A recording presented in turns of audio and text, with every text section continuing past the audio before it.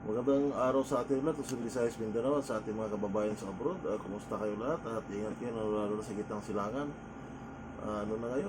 Holy Wednesday na ngayon, kaya bukas wala na tayong pasok. So, pasok tayo ulit sa Lunes na. So, yung mga kababayan natin, mga followers natin, mga kamag-anak natin na magbabakasyon ditong Holy Week, mag-iingat tayo lahat. At yung mga kagaya naman natin Katoliko na bibisita sa mga simbahan, sa iba't ibang mga simbahan, sama natin pagdarasal, una-una buong pamilya natin, tapos isama na rin natin ating bansa sa ganung paraan, bumubuti naman ang ekonomiya natin sa ganung paraan na at bumaba man lang yung mga bilihin natin.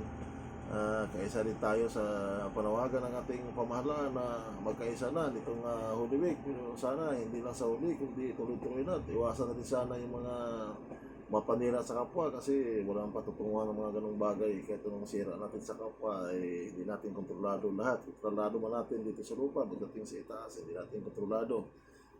Sana naman may pagbabago na. Sa atin naman dito is nakiisa tayo sa panawagan nila. Sana para umasensyo naman ang ating bansa.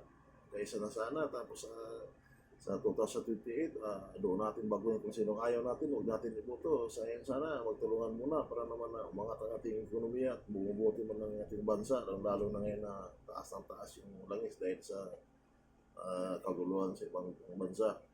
So mag-ingat tayo lahat. Mauna, huwag natin kalimutan ang pagdarasal, mga pagsubok din, malagpasan natin lahat. Tulong na po may kapal. Maraming salamat at Holy Wednesday. God bless.